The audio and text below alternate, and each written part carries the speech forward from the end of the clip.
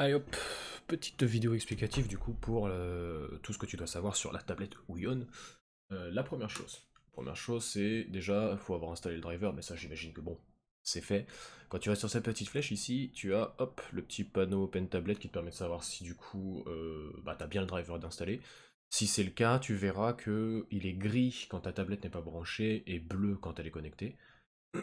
Excuse-moi. Du coup, quand tu l'ouvres, tu as ce petit pop-up qui apparaît. Et donc du coup là, je vais le passer sur la tablette directement. Hop, voilà. Et donc du coup, tu as sur ce petit panel, la première chose que laquelle tu arrives, c'est cette page-là, page d'accueil. La première chose à faire, c'est cliquer sur privilège d'administrateur. Ça va relancer le driver, mais du coup, avec tous les droits sur le PC pour éviter qu'il y ait des problèmes. Une fois que tu as ça, tu vas dans ton espace de travail. Ici, tu choisis ton écran si tu en as plusieurs. Donc, tu vas probablement avoir l'écran de ton PC et la tablette, si tu n'as qu'un seul écran. À toi d'appuyer sur le bouton identifier. Je le fais, tu vois, j'ai un chiffre qui apparaît ici. Ça te dira en fait, en gros, le numéro de ton affichage. Toi, tu prends celui de ta tablette et tu le sélectionnes dans la liste. Donc, moi, c'est le 3. Ensuite, tu choisis, comment dire, plein écran. Parce que le ratio. Alors, à moins que tu aies des écrans qui soient, par exemple, je vais dire une bêtise, mais genre des 21 neuvièmes ou 32 neuvièmes en ratio, là où il faudra que tu fasses ratio écran. Si, dans le principe, par contre, tu as, comment dire, un écran 16 neuvièmes, tout ce qui est de plus standard, tu fais plein écran. Parce que si tu fais plein écran sur ta tablette a un format 16 neuvième, mais si tu fais plein écran avec un écran qui a un format plus large, par exemple, tu vas avoir des problèmes quand tu dessines parce que entre la largeur et la hauteur, ce sera pas la même accélération pour dessiner. Donc ça risque d'être chelou. Bon, là, en l'occurrence, ça n'a absolument pas d'importance en vrai, puisque de toute façon, c'est une tablette avec écran intégré. Donc par défaut, tu choisis plein écran, comme ça, toute ta surface de dessin est utilisée.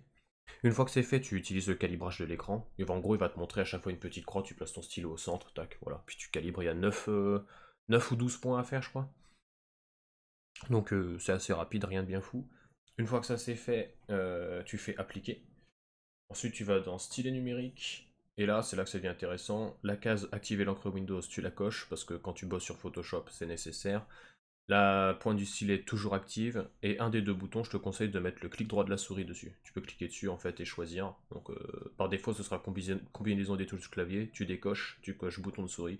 Et après, tu prends choisir celui que tu veux. Gauche, bon bah c'est parlant. Droit, c'est ton pied droit. Intermédiaire, c'est la molette. Euh...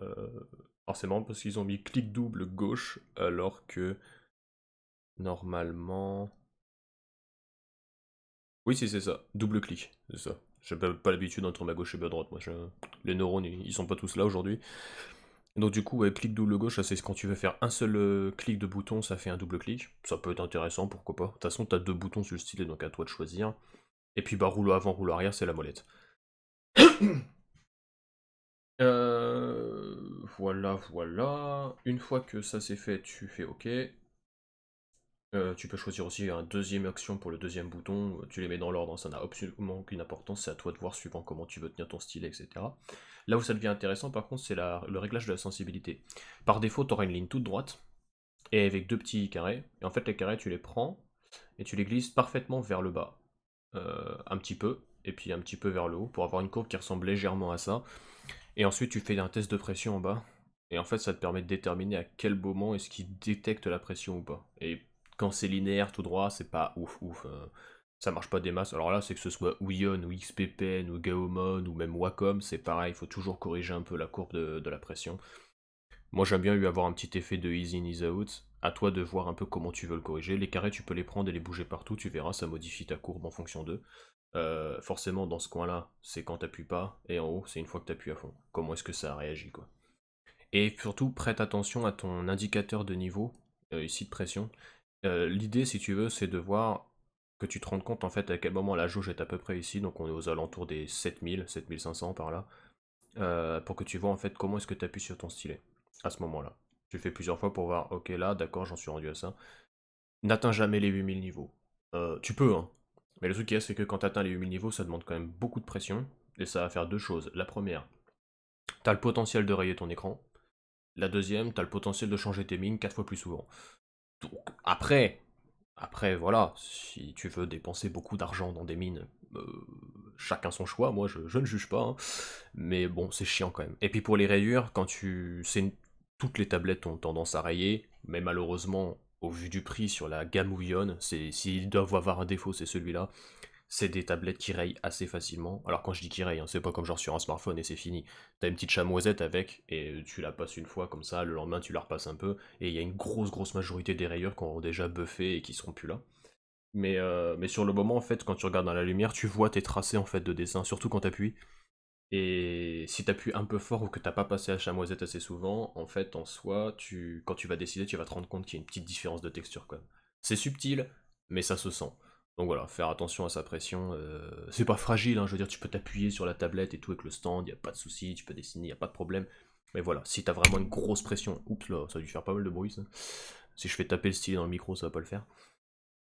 Si t'as l'habitude de beaucoup dessiner et surtout de pas mal appuyer, bon bah forcément tu vas générer énormément de petites rayures et de traces, donc là il faudra vraiment passer la chamoisette souvent, puis peut-être réduire un peu la pression. D'où la courbe d'ailleurs, ça te permet aussi de déterminer à partir de quelle pression en fait ton trait devient plus gros. Et donc du coup d'avoir besoin d'appuyer moins pour obtenir un résultat, bon celui que tu veux quoi. Derrière, une fois que c'est fait, tu fais appliquer, tu vas dans les touches tactiles, et c'est là que tu peux configurer en fait toutes les touches que tu as. Alors toi sur la Pro 13, je sais pas si t'en as aussi de ce côté-là. T'en as de ce côté-là, c'est sûr, mais je sais pas si t'en as aussi de l'autre côté. Peu importe, de toute façon, les deux seules choses en fait qui ont des conditions partagées, ce sont les deux pavés tactiles. Parce qu'en fait, en gros, elle est faite pour être droitière ou gauchère. Donc ces deux zones tactiles, en fait, si t'affectes un raccourci ici, tu auras le même de l'autre côté. Et ça fait un slider, tu pars du bas vers le haut, en glissant avec ton pouce ou avec ton doigt, ou voilà quoi. Et inversement, moi personnellement j'ai mis CTRL plus égal pour Photoshop, ça me permet de zoomer sur le document ou de réduire. Alors après tu te rendras compte que c'est pratique, franchement c'est pratique, mais le problème c'est que c'est l'incrément. L'incrément avec lequel ça zoome, normalement sur Photoshop c'est Alt et la molette de la souris, bah, je te conseille de garder un petit clavier et une souris sous la main parce que pour zoomer dans certains cas, c'est plus précis. Ça zoome un peu moins vite, il y a plus d'étapes quoi. Avec le slider là, ça zoome un bon coup. Euh, Des fois c'est gênant. Bon, après c'est au choix, hein. Pour les touches, juste il y a une petite particularité, toujours activer le tactile, activer les touches tactiles, et sur les touches quand tu les configures, voilà, tu as ce fameux panneau, un peu comme tout à l'heure avec le stylet numérique.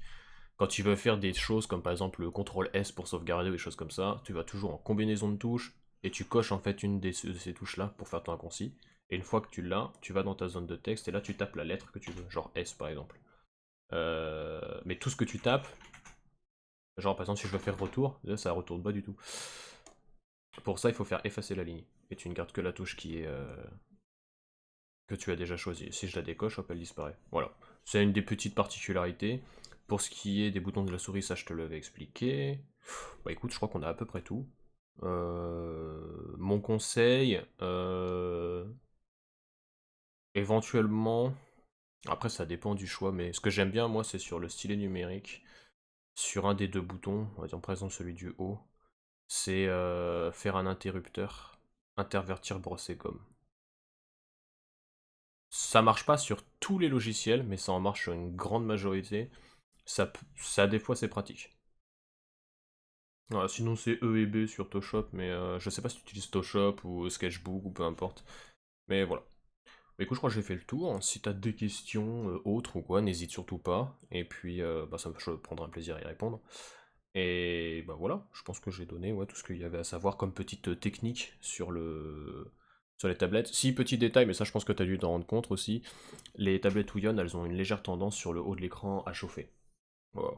Bon, rien de gênant, c'est normal, voilà, y a pas d'inquiétude à avoir, il y a quand même une grosse carte derrière pour faire fonctionner l'écran. Donc bah, du coup il chauffe pas mal parce que l'aération est pas folle quoi derrière, hein. Il y a une toute petite grille. Donc voilà.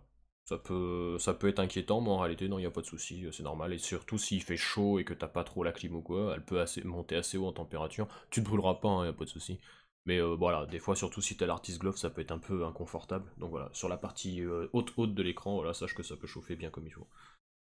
Voilà, voilà.